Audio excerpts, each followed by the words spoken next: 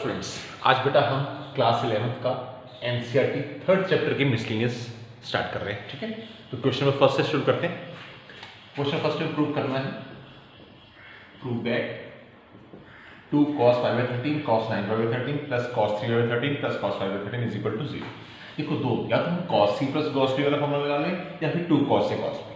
ठीक है, किसी से लगा सकते हैं। लेट्स सपोज हम यूज कर लेते हैं। हमें मालूम है what is formula of 2 cos a cos b। क्या फॉर्मूला होता है बेटे? That is cos a plus b plus cos a minus b, है ना।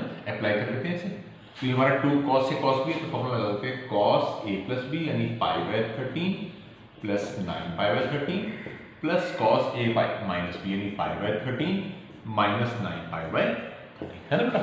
और ये एज इट इज आगे प्लस cos 3π/13 प्लस cos 5π/13। ठीक है बेटा।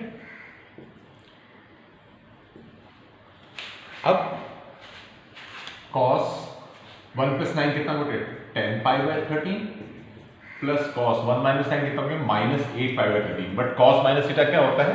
cos theta. You know that cos minus theta is cos theta, याद है ना बेटे। ठीक है, तो प्लस आपका जो है वो cos 3π/13 प्लस cos 5π/13।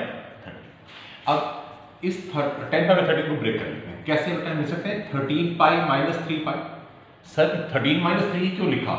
बिकॉज ये 13 कैंसिल हो जाए और हमें मिल जाए 3π/13, ताकि हम उसको कैंसिल कर सकें। कैसे?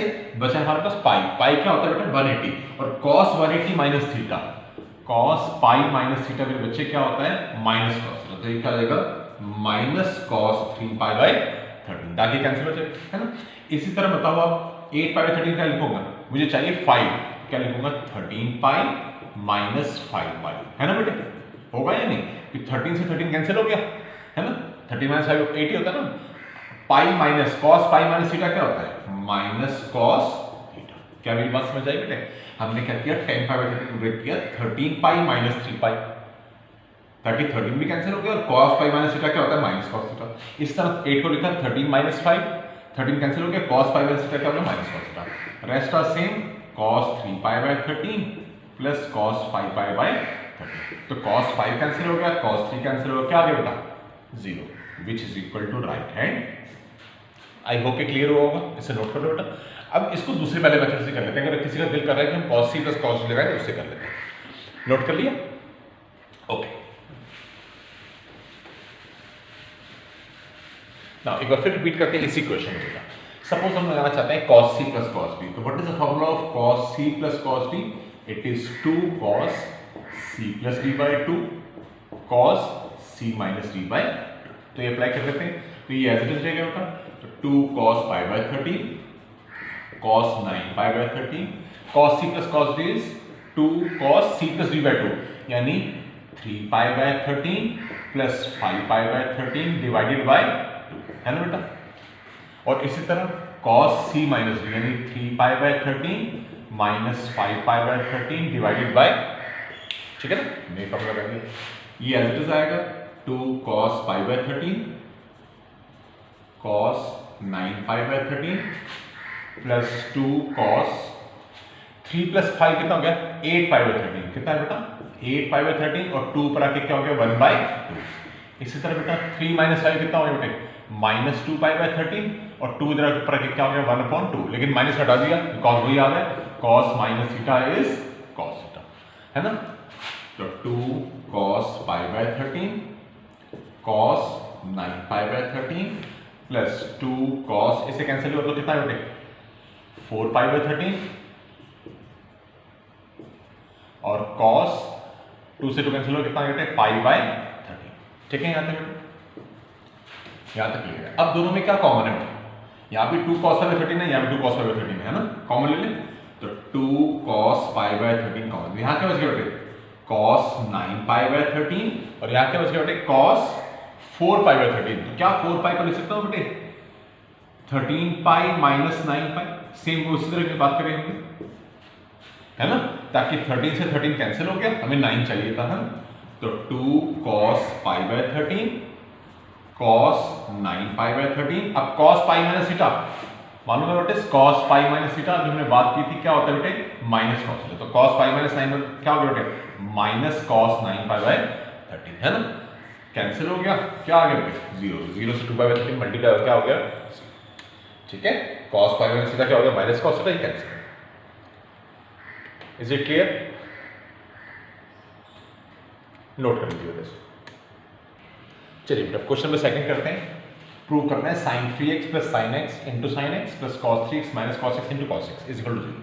ठीक है, फिर वैसे ही आप किसी भी तरीके से कर सकते हो, या तो ब्रैकेट्स को ओपन कर लो या फिर sin c plus sin d और cos c minus cos d का फॉर्मूला अप्लाई कर लो। कैसे भी करते हैं, जैसे मान लो हम इसको करते हैं क्या रखें, इसको ओपन करो, क्या है बताओ, आपकी मर्जी कैसे भी कर सकते हो। ठीक है, sin 3x into sin x, sin x into sin x में बच्चों क्या होगा sin स्क्वायर x। देखो अगर एंगल सेम होता है तो मल्टीप्लाई हो जाता है, अगर एंगल सेम नहीं होता तो एज इट इज रहता है ना।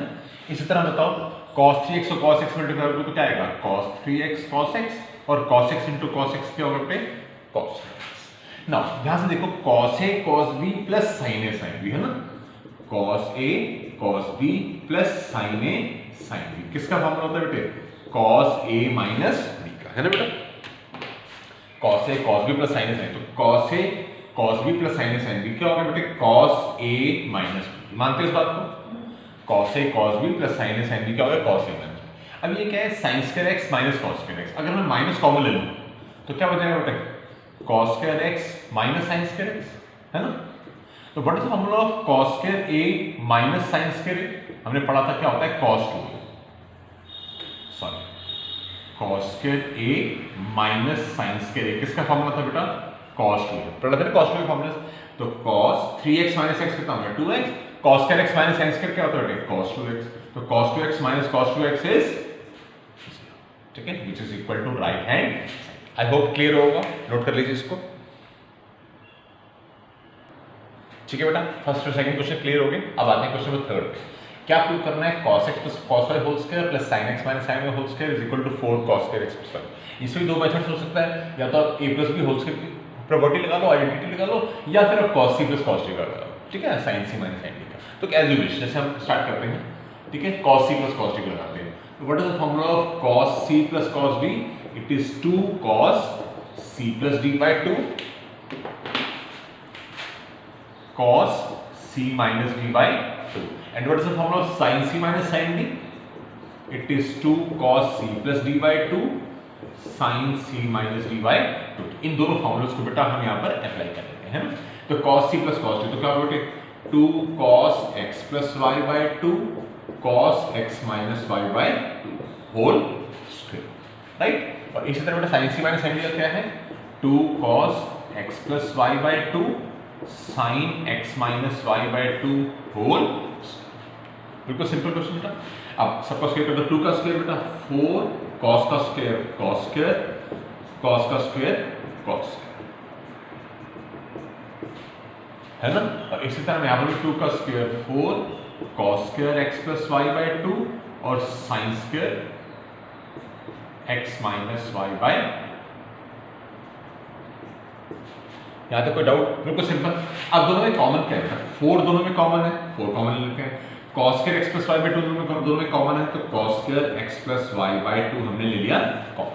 तो यहाँ पर क्या बच गया बेटा cos square x minus y by 2 और यहाँ बच गया बेटे sin square x minus y by 2। और आपको मालूम है cos square x plus sin square x क्या होता है बेटा 1, है ना। तो cos square x plus sin square x क्या हो गया 1, तो हमारा आंसर आ गया 4 cos square x plus y by 2 which is equal to right hand। I hope ये क्लियर हुआ होगा, ठीक है। आराम से देखिए इसे, तो कोई भी स्टेप नहीं समझ आ रहा रिपीट करके उसे दोबारा चेक कीजिए, और फिर भी कोई डाउट होता है तो ये मेरा नंबर है, इस पर आप मुझे कॉल कर सकते हो, मुझे व्हाट्सएप कर सकते हो, ठीक है। क्वेश्चन नंबर 4 बिल्कुल सेम एज इट इज है, और क्वेश्चन नंबर 4 भी अपने आप कर सकते हैं आप, ठीक है। Thank you.